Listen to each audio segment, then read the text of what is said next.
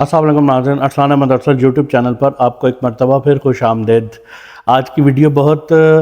مختلف اس لحاظ سے ہے کہ اس میں کچھ تاریخ کی بات کرنے کی کوشش کرنے جا رہا ہوں نعت کے حوالے سے۔ وہ اس طرح کہ سیف الملوک میاں محمد بخش رحمۃ اللہ علیہ صوفیہ کرام کا جو کلام ہے وہ ان میں خاص بات یہ ہے کہ وہ دلوں کی جو زرخیز کھیتی ہے اس کو سرسبز و شاداب کر دیتا ہے۔ وہ کلام آپ کو واصل اللہ کر دیتا ہے، اللہ سے جوڑ دیتا ہے، اللہ کے مقرب لوگوں سے جوڑ دیتا ہے۔ اور یہی خاص بات صوفیہ کرام کے کلام میں جو ہمیں ہر صوفی شاعر کے کلام میں نظر آتی ہے، اور سیف الملوک اس کے بارے میں بزرگ کہتے ہیں، اور خاص طور پر ایک بات کی جاتی ہے کہ یہ وہ ایسا شاہکار ہے سیف الملوک کہ جس کے دو مصرے جو ہیں اس کے پہلے مصرے میں شاعر نے یعنی کوئی دعویٰ کیا اور دوسرے مصرے میں اس کی دلیل پیش کی ہے۔ تو اس لحاظ سے یہ دیگر صوفی شعراء کے کلام سے تھوڑا مختلف ہے۔ تو سیف الملوک جو نعت خوانان حضرات نے پڑھی ہے وہ اس کے حوالے سے میں بات کرنے جا رہا ہوں کہ قیام پاکستان کے بعد کی جو نعت خوانی ہمیں نظر آتی ہے اس میں نعت خوانان حضرات نے جہاں دیگر صوفیہ کرام کے کلام کو پڑھا ہے وہاں پر سیف الملوک کو سب سے زیادہ پڑھا گیا ہے۔ کوئی ایسا دوسرا کلام نہیں ہے کہ جو اتنے یعنی تواتر سے پڑھا گیا ہو جتنا سیف الملوک کو پڑھا گیا ہے۔ اور سیف الملوک پڑھنے والوں کی تعداد بہت زیادہ ہے، یعنی اور پچھلے چند برس میں تو شاید ہی کوئی ایسا نعت خوان ہو کہ جس نے سیف الملوک کو نہ پڑھا ہو۔ لیکن اگر ہم اس کو اس لحاظ سے دیکھیں کہ کس نعت خوان نے اس کو دوسرے نعت خوان سے مختلف پڑھا ہے اور جدا کر کے پڑھا ہے تو یہ تھوڑی سی فہرست مختصر ہو جائے گی۔ ایک سیف الملوک کا پیٹرن وہ ہے پڑھنے کا، اس کی ادائی کا، کہ جو قدیم سے چلتا چلا آ رہا ہے، یعنی جس کو ہم خاص فنی لحاظ سے دیکھیں تو اس کو پہاڑی کہتے ہیں۔ پہاڑی میں جو سیف الملوک پڑھی گئی ہے تو وہ اس کا سب سے مروجہ اسلوب جو ہے لحن میں، ترنم میں، وہ یہ ہے۔ تو میری دانست میں سیف الملوک اس انداز سے جتنے بھی قیام پاکستان کے بعد سے لے کے آج تک نعت خوان آئے ہیں ان سارے لوگوں میں سے جو سیف الملوک اس پیرائے میں پڑھی گئی ہے وہ سب سے زیادہ اچھی، مؤثر اور دل پر اثر چھوڑنے والی شکر گڑھ کے ایک پرانے نعت خوان اختر حسین شکر گڑھی انہوں نے پڑھی ہے۔ ان سے اچھی سیف الملوک کم از کم میں نے اس انداز میں کسی سے نہیں سنی۔ انہوں نے اس میں جو ایک خاص کیفیت پیدا کی اس کی ادائی میں، وہ بہت اثر رکھتی ہے، اس کے اندر ایک خاص تاثیر ہے اور وہ کسی دوسرے نعت خوان کے ہاں نظر نہیں آتی۔ یہ تجربہ جو ہے کسی اور نعت خوان نے اس اسلوب میں اگر کیا بھی ہے تو وہ اتنا مؤثر نہیں رہا جتنا ان کے ہاں دکھائی دیا۔ 1992 یا 93 میں انہوں نے ہرون آباد جامعہ مسجد میں قاری زبیر رسول کی برسی میں سیف الملوک پڑھی تھی۔ اس کا تاثر آج تک قائم ہے۔ میں کوشش کروں گا کہ اس ویڈیو میں، بلکہ میں اس میں چلاتا ہوں، چند منٹ کا وہ کلپ دیکھیے اور آپ وہ بہار دیکھیے کہ جو میں کہنا چاہ رہا ہوں کہ سیف الملوک کو اس پیرائے میں ان سے اچھا کسی نے نہیں پڑھا۔ یہ سنیے۔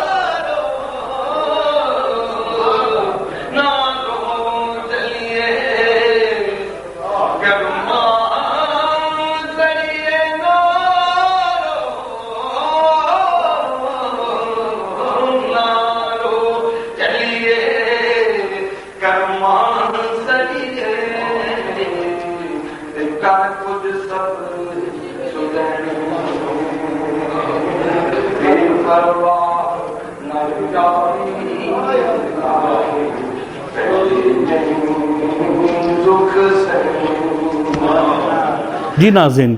یہ آپ نے دیکھا کہ جو میں نے بات کی کہ اس پیرائے میں ان سے اچھی سیف الملوک کسی نے نہیں پڑھی، اور میرے دانست میں جتنے میں نے لوگ سنے ہیں، گو کہ ان کے بعد آنے والے بہت سارے احباب نے آج تک کے، جب زمانہ بدل گیا، آڈیو ویڈیو کا زمانہ آ گیا اور پھر ویڈیو کے بہت ہی یعنی شاہکار سامنے آنے لگے، تو لیکن یہ تاثر اس راگ کا اور اس ساری بندش کا ان کے علاوہ مجھے کسی کے یہاں نظر نہیں آیا۔ اس کے بعد تجربہ نظر آتا ہے سید منظور الکونین شاہ صاحب کے ہاں۔ سیف الملوک کے بارے میں تھوڑا بتاتا چلوں کہ ایک دور تھا جب سید منظور الکونین کہتے ہیں کہ میں سیف الملوک کو کچھ نہیں سمجھتا تھا، یعنی اس کلام کی میرے نزدیک اہمیت نہیں تھی۔ میں سمجھتا تھا کہ شاید یہ بسوں ویگنوں میں ریڈیو میں چلنے والا کلام ہے، ہر بندہ جو ہے وہ مانگنے والے، چیزیں بیچنے والے یہ وہ کلام پڑھتے ہیں، اس لیے وہ اس کلام کو اتنی اہمیت نہیں دیتے تھے۔ پھر ایک دن شاہ صاحب مجھے کہنے لگے کہ میں نے خود ایسے ہی کوئی سیف الملوک کا جو نعتیہ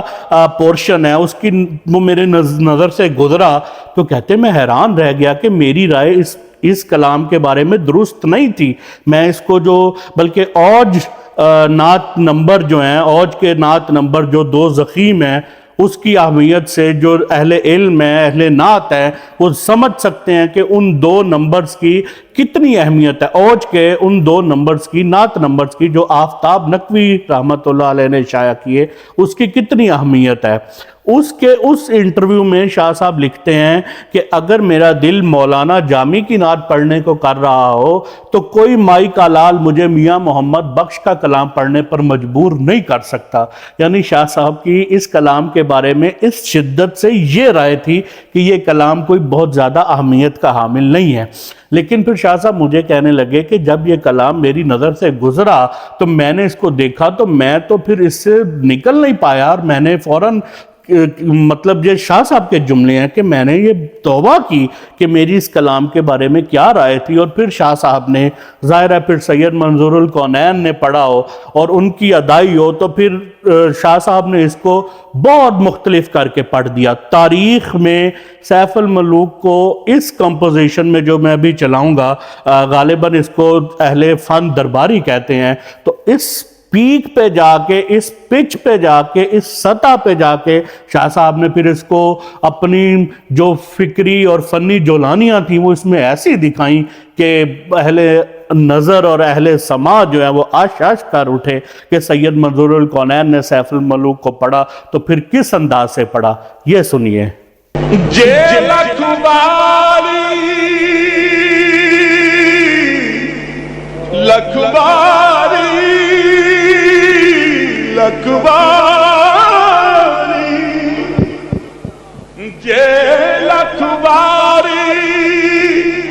اتر گلابوں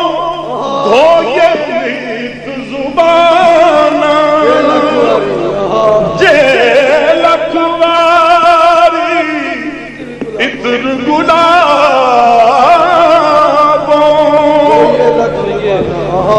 لکھواری اتر گلابوں دھوئے نیت زبانہ،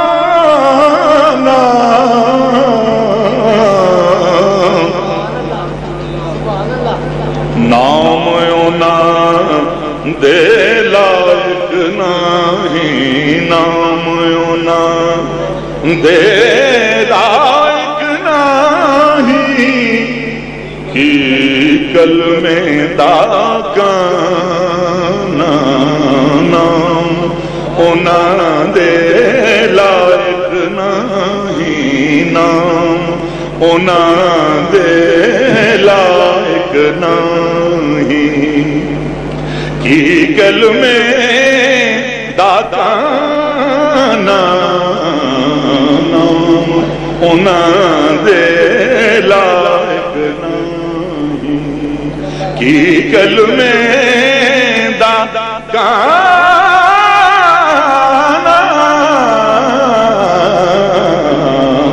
نام انہاں دے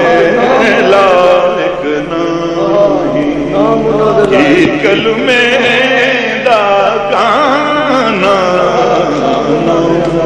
انہاں دے لائق نہیں۔ کیا بات ہے ناظرین، سبحان اللہ سبحان اللہ، ایسی سیف الملوک بھی کسی نے نہیں پڑھی۔ یہ بہت مختلف پیٹرن تھا، بہت ہی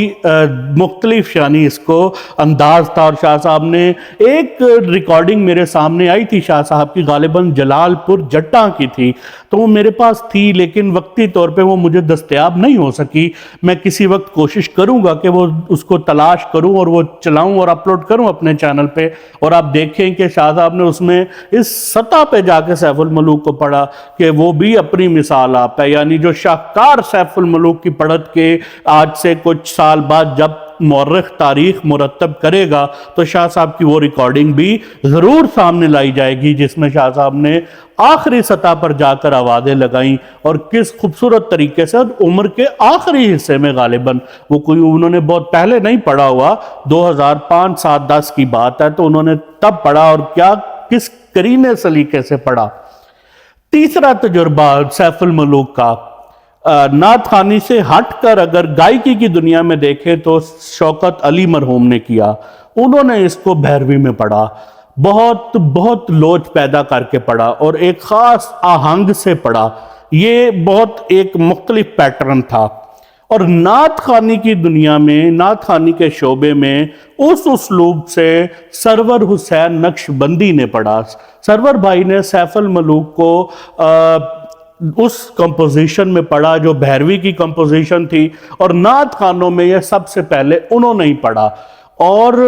اس میں دوسری بات یہ تھی کہ سیف الملوک کا پورا کیسٹ، چونکہ اس دور میں کیسٹ ہوتے تھے، انہوں نے ریکارڈ کروایا، اور یہ اختصاص انہی کے ساتھ ہے کہ اور کسی نعت خوان نے سیف الملوک کا کیسٹ ریکارڈنگ اتنی صحت کے ساتھ پورا کلام، یعنی جیسے آپ سیف الملوک کی کتاب کو آگے رکھ کے پڑھ رہے ہوں، یہ کسی اور نعت خوان نے نہیں کروایا جیسا سرور بھائی نے کروایا۔ تو یہ اختصاص ان کے ساتھ ہے کہ تاریخ میں حمد کا پورشن، نعت کا پورشن، اور اس کے بعد جو 2 پورشن ہیں وہ تصوف کے اور دیگر موضوعات پر ہے، تو وہ ریکارڈنگ یہ جو 4 پورشنز کے ساتھ ہے یہ انہوں نے کروائی ہے، اور پورا البم بھی ان کے علاوہ کسی نے نہیں کروایا۔ یہ 3 لوگ ہو گئے، یہ میں نعت خوانی کے شعبے سے بات کر رہا ہوں۔ 3 لوگوں کی میں نے بات کی، اختر حسین شکرگڑھی صاحب کی بات کی، سید منظور الکونین صاحب کی بات کی، اور سرور بھائی کی بات کی۔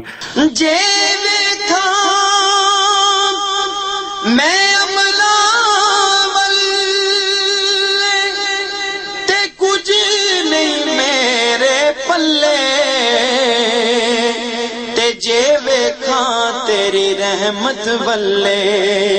تے بلے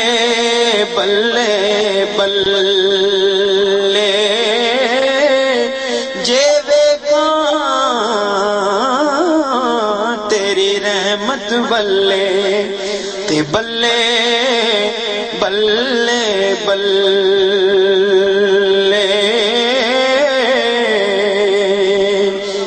اب چوتھے اس دور میں آ کے جو نوجوان ہیں، نئے لوگ ہیں، اس میں کہا جاتا ہے کہ سلطان عتیق رحمان ایک نعت خان ہے، انہوں نے سیف الملوک کو بہت جدید پیرائے میں پڑھا ہے، اس کی آڈیو ویڈیو ریکارڈنگ کے ساتھ، اس کی مکسنگ کے ساتھ، اور وہ بہت نئی جگہوں پہ جا کے اس کو ریکارڈ کر رہے ہیں۔ تو پیرایا وہی ہے، پرانا ہی ہے، یعنی طرز وہی ہے جو میں نے جس کا سب سے پہلے ذکر کیا۔ انہوں نے اس کی بندش یا طرز کو چینج نہیں کیا، لیکن اس کو جدید تقاضوں کے ساتھ آج کے دور میں جس طریقے سے پڑھا وہ ایک مختلف، بہرحال اس کی اہمیت اپنی جگہ پہ ہے کہ سلطان عتیق رحمان نے اس کلام کو اس نئے انداز سے، یعنی اس کی کمپوزیشن تو نہیں چینج ہوئی لیکن اسی کوئی جدید کر کے اور نئے اسلوب کے ساتھ پڑھا، اور بہرحال یہ ان کا اختصاص ہے۔ کہ ذاتاں دا تو مان کرین کٹ دے سب بھولے کھے، بھلے ورگے کنجراں دے کر سو دے ٹون دے ویکھے۔ تو میں نے اس میں 4 مختلف تاریخی لحاظ سے بات کی۔ اس کے علاوہ سید زبیب مسعود نے سیف الملوک کو پڑھا، خالد بھائی نے سیف الملوک کو پڑھا، قاری زبید رسول شہید نے سیف الملوک کو پڑھا۔ قاری صاحب کی جو آواز تھی اور جو ان کا سوز تھا وہ تو ہر کلام کو اور ہر آواز کو وہ اگر ہم اس لحاظ سے بات کریں گے تو قاری صاحب کا یہ نئی اختصاص جو ہے وہ اپنی جگہ پر، وہ ان کو اس فہرست میں شامل نہیں کیا جا سکتا، لیکن انہوں نے بھی سیف الملوک اسی پیرائے میں پڑھی جس کا میں نے سب سے پہلے ذکر کیا، کوئی نئی کمپوزیشن یا نئی بندش کے ساتھ نہیں پڑھی۔ یہی 3 لوگ خاص طور پہ جن کا میں نے ایک کیٹاگوریکلی ذکر کیا، اختر حسین شکرگڑھی، سید منظور الکونین اور سرور حسین نقشبندی، یہ 3 لوگ ایسے ہیں جنہوں نے نعت خوانی کی دنیا میں سیف الملوک کو اپنے اپنے انداز میں پڑھا، اور ان سے بہتر اس انداز میں ان کے بعد کسی نعت خوان نے نہیں پڑھا۔ ہاں بہت سارے لوگوں نے پھر، جیسے میں نے بات کی سلطان عتیق رحمان کی، اس نے پڑھا، اچھا پڑھا، اسی پیرائے میں پڑھا، اچھا پڑھا، لیکن میں جو بات کر رہا ہوں کہ صحت کے ساتھ اور الفاظ کی، یعنی وہ جو جیسے سامنے رکھ کر پڑھا گیا، اور ان 3 نعت خوانوں میں جو اختصاص سرور حسین نقشبندی کو ہے وہ یہ ہے کہ انہوں نے پورا البم ریکارڈ کروایا اس کے پورشنز کے ساتھ، اس کی صحت کے ساتھ، اور وہ ایک الگ اختصاص ان کے ساتھ ہے۔ لیکن تاریخی لحاظ سے بات کی جائے تو انہی 3 لوگوں کے علاوہ جو میں نے دیگر نام لیے، اور بہت سارے نعت خوان، میں نے جیسے بالکل ویڈیو کے شروع میں کہا کہ شاید ہی کوئی ایسا نعت خوان ہو جس نے سیف الملوک کو نہ پڑھا ہو، لیکن بات وہی ہے کہ جس نے اپنی طرز پیدا کی ہو، اپنا اسلوب مختلف کیا ہو، اور اسی اسلوب میں رہ کر ایسا کام کیا ہو کہ بعد میں جب مورخ تاریخ مرتب کرے تو اس کو اس لحاظ سے پیش کرے، تو وہ یہی 3 نام بنتے ہیں۔ اور اس کے بعد آج کے دور میں نے جو نام لیا وہ سلطان عتیق رحمان کا۔ تو امید کرتا ہوں کہ یہ ویڈیو آپ کو پسند آئی ہوگی، اور آپ نے اس ویڈیو سے یعنی کچھ ظاہرہ یہ میرا نقطہ نظر ہے، آپ کی آراء اپنی اور آپ کی اپنی اس میں یعنی ہیں کہ آپ اس بات سے ایگری ہیں، ڈس ایگری ہیں، تو آپ کا فیصلہ ہے۔ بہرحال میرے نزدیک یہ ترتیب سیف الملوک کی نعت خوانوں میں اسی طرح بنتی ہے۔ اس کے ساتھ ہی مجھے اجازت دیجیے، اللہ حافظ۔